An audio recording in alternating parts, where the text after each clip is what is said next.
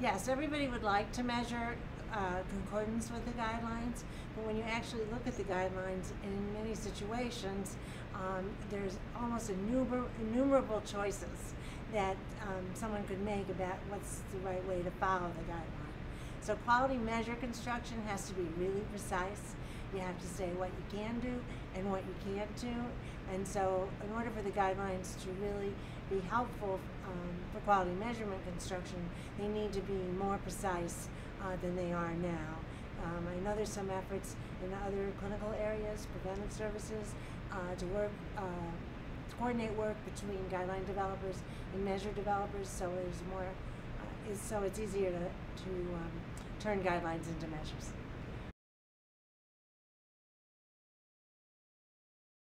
Not that I know of, but I think it's going to come up because there's a lot of interest on a national level from CMMI and others in measuring guideline conformance, but nobody's really tried to do it.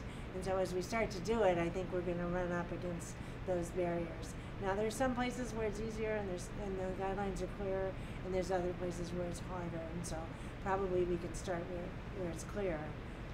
But we'll run into issues.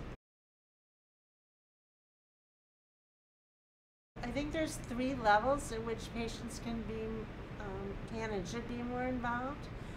One level is as a patient, in being asked for their goals. There's been a lot of talk about that.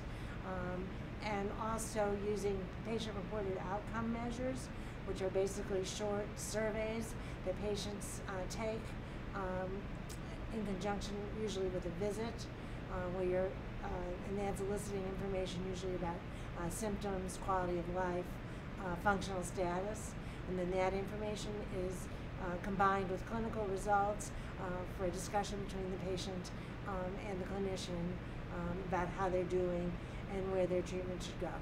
So there's a level as a patient. Then there's an opportunity to provide constructive input to practices through patient advisory committees, which are just beginning to be used and are a really scary phenomenon to many practices who have never sort of tried to organize their patients in that way. And practices worry that the patients won't be constructive or they won't want to participate. But there's some very positive experiences beginning to come forth. And then finally, there's more at the policy level or the advocacy level. National sponsors of quality measure development are really looking for active involvement of patients in quality measure development. So that's one area where we can really increase the involvement of patients as well.